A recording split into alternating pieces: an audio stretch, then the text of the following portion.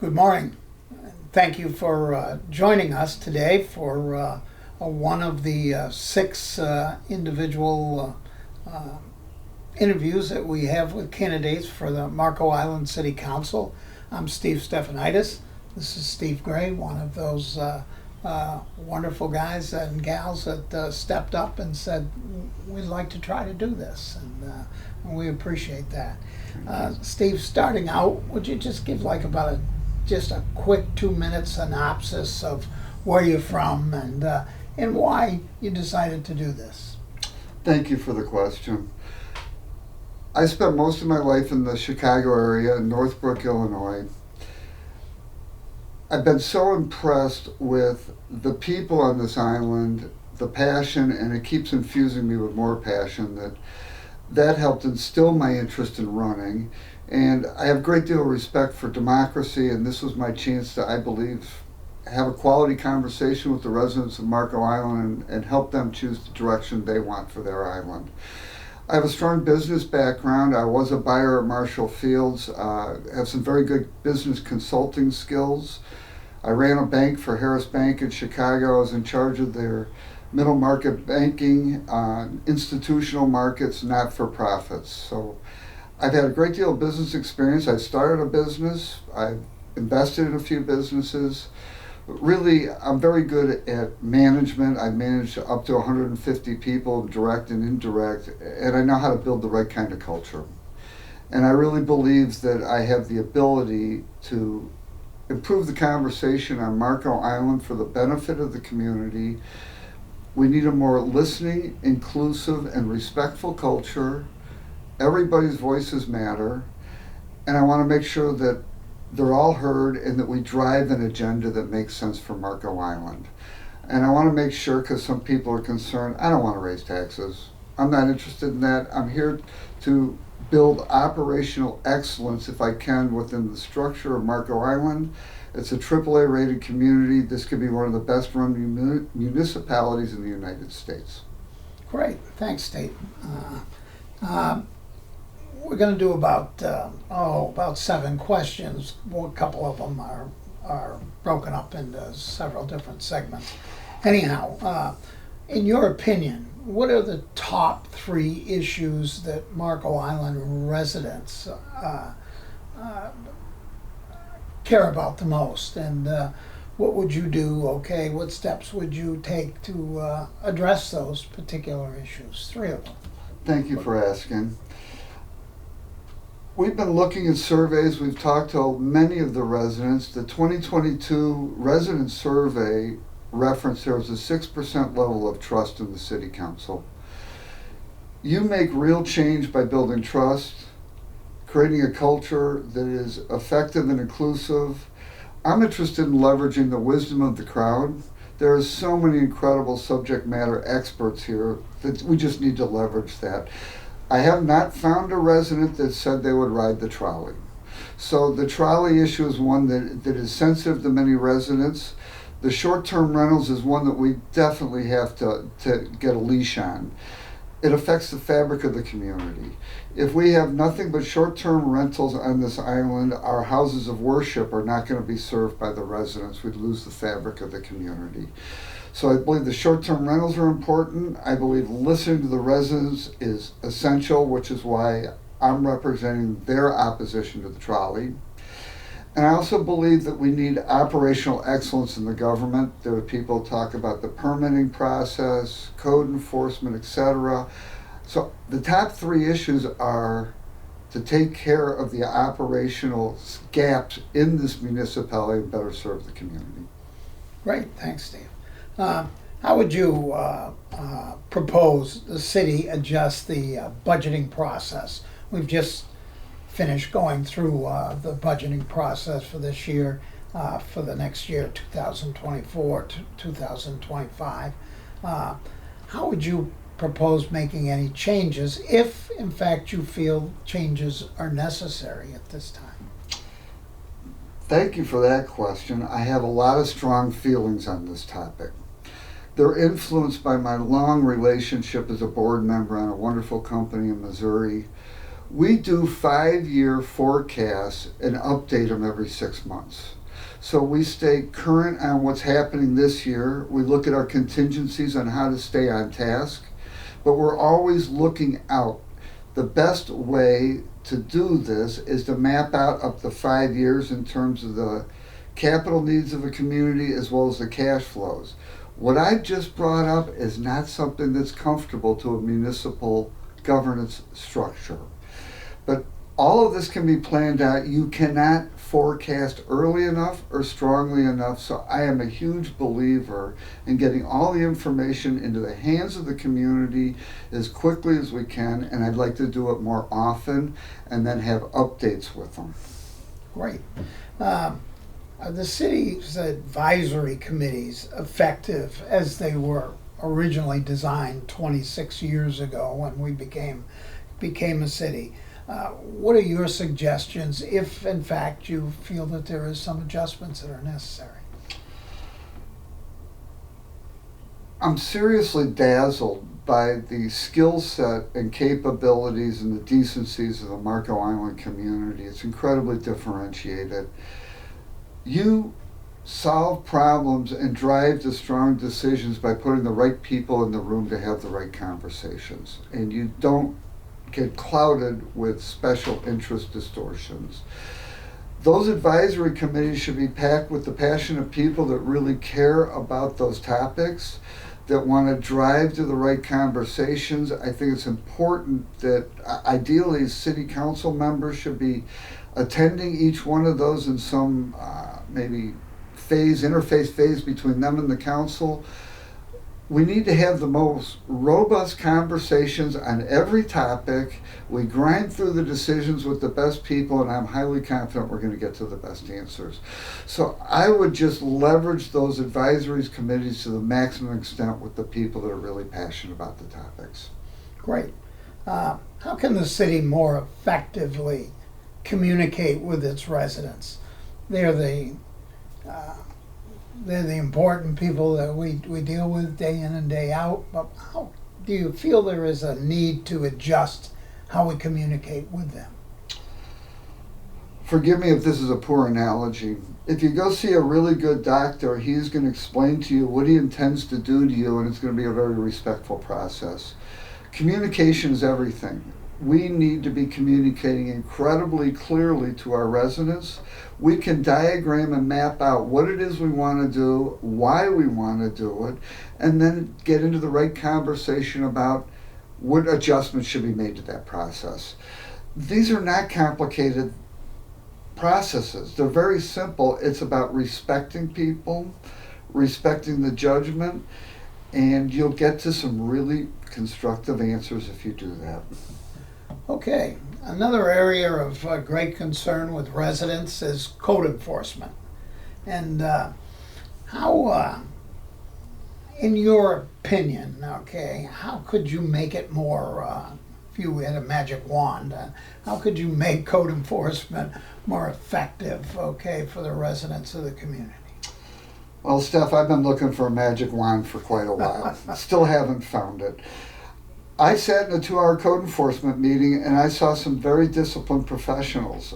I don't think the department's staffed as well as it could be. I think they could add a couple more bodies. I think it would be very important to add weekend code enforcement because I believe their job is done at 5 o'clock every day. There might be a case to look at considering realigning them with the business department, but I saw a number of quality code enforcement professionals. I do believe you should raise the administration fee for scofflaws because it's $50, and my conversation with the city is that's not break even for processing that paperwork. If you're a scofflaw, we ought to at least break even on processing your paperwork. So I think code enforcement is one of the most important roles on the island, and I believe it can be used much more effectively, but it deserves to have more support and staffing. Right, thanks. The environment itself is considered to be an economic driver of this community and helps us become better than who we are and who we want to be. What what plans would you enact to address these environmental issues, such as the turtle crawls, which you're familiar with? They post the numbers of false crawls and one thing or another. And Marco, or the island, has become a center of a focus as they've looked at the number of false crawls. That Marco won the gold medal of getting the most false crawls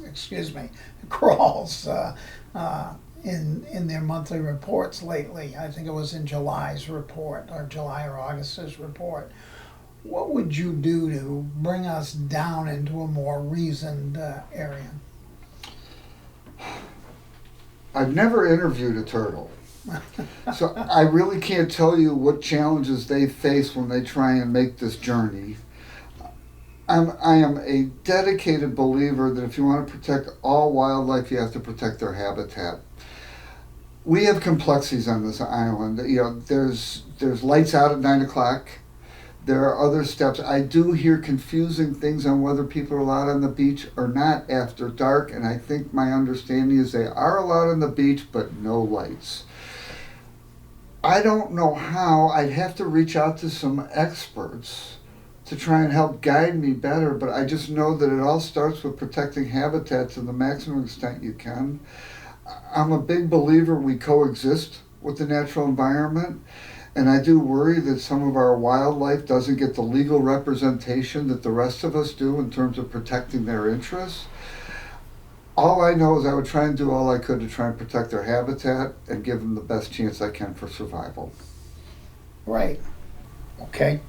The second portion of this deals with buying conservation land. Would you be in favor of the city being more involved with that and buying spots or plots of land to increase the conservation land that is taken under control? Absolutely. Every piece of conservation land that we acquire reduces the risk of more density, number one. Number two, as I previously stated, you have to protect wildlife habitat in order to protect the wildlife. You cannot protect the wildlife unless you protect their habitat.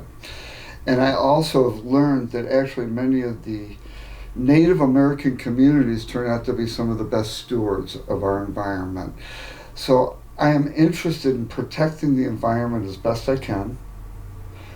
I do believe that we have to do what we can for that environment, but we've got a balancing act here between trying to coexist with it and live here. I would love to see Marco Island as an ecotourism leader in terms of educating about the importance of the Everglades, and using this as a place to try and get smarter and better with the environment. Okay. Water quality. Another big issue on the island. A lot of experts out there that keep telling us we're either headed in the right direction or not headed in the right direction. As far as water quality goes, one of the ways is testing. We now have moved from a monthly testing back to quarterly testing. Do you think that's the right move, and would you be in favor of maintaining monthly testing? Well, I had a chance to chat with our water department, and the first question was, should we bring testing in-house? In other words, are we going to spend hundreds and hundreds of thousands of dollars on testing? Does it make sense to do that, and could we bring it in-house and be more efficient with it? We need to collect the important and essential scientific data so we can drive to the responsible outcomes and conclusions. I have been looking for mapping on part of this. How do you build a process to drive to conclusions? And how do you absorb all the information? There are debates on more water testing. There are debates on the value of it. We need a scientific framework. We need to map those testing, that knowledge we need to acquire so we can drive to the right conclusions. I've been looking at the San Juan Islands. They're in Washington. San Juan County has a ecosystem stewardship department and has a PhD on staff. I think we could argue to the end of days over the science and the testing, etc. Let's get a methodology in place. Let's determine as best we can. We know we'd like to have improved tidal flushing. We know that we're having deteriorating oxygen levels in the water, and we know that we have unacceptable levels of nutrients in our water. Let's nail it as best we can and then get to an action plan. In Florida, every once in a while we see news reports about bacterial levels rising, okay, and in some of the public waterways where people swim and recreate in. Would you be in favor of the city taking a more active approach to notifying residents that the bacterial levels may have risen? Well, I'm not saying that they have, okay, but would you be in favor of that type of? I love the question. This is consistent with being open book management. Knowledge is power. This is the community's community. This is the residents' community. I'm here, if I am involved or elected, to serve the community. My job is to give them the best information we can at all times so we can make the most informed decisions that we can. That's how you respect the community. So I believe that all knowledge should be shared. I do think there's some cross currents on this topic because it's possible that the tourism folks do not want to have some of this conversation. I'd rather be honest and forthright and stand on that ground. Okay. We've had an explosion of building on the island in the last several years. One of the questions that got brought out that was requested that we ask of the candidates, would you be in favor of some type of architectural review committee, okay, to look at the style of buildings being built, residential or even commercial, to maintain that the desire to have that searching for a word shows you that even when you're on a camera that sometimes you can't come up with it. But I think you know where I think you're driving asking to. about protecting the ambiance of Marco Island. I've traveled the country. I've been to 49 states. I have one to go. I've seen what an amazing community looks like, and I've seen what a terrible community looks like.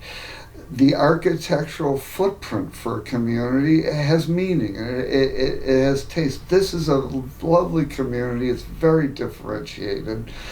So my immediate reaction, not having contemplated an architectural review committee, is I would love to protect the look of this community. That's something that's very important. I'm not entirely clear on all the roles and responsibilities yet between Micah and the city and who has what influence, but I think this would fall under Micah's guidance, wouldn't it? Probably. They do have an architectural review committee, but it's dealing more with setbacks and those types of things, which the city deals with now because of the zoning ordinances. They deal with setbacks and. I'd add one more thing. If you look at California, I think they say before you break ground, you might be spending up to $200,000 on permits and processes. So there's a balance between over-governance and protecting the community.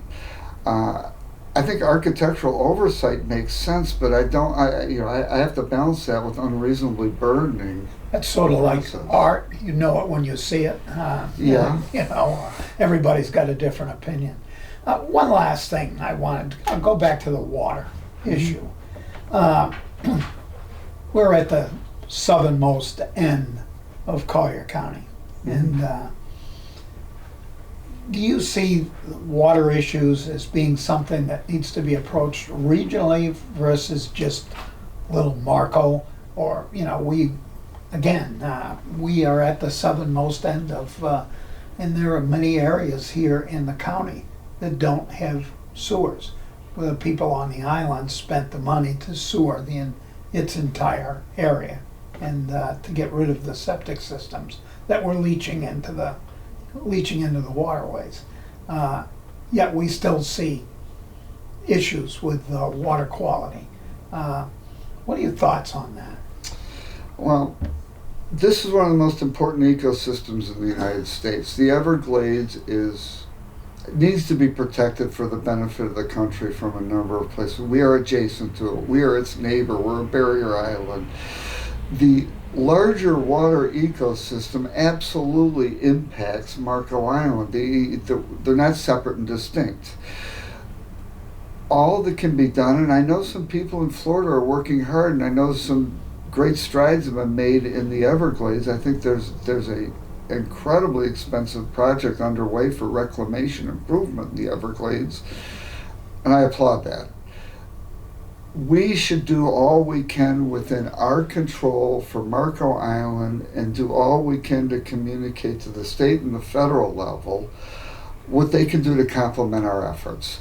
I'm focused on Marco Island, and so that's where I would go with my strategy. If you were to ask me what is my big hopeful dream, that the federal government would buy out the sugarcane plantations. I think that would do more to help the ecosystem in Florida than anything else we could do.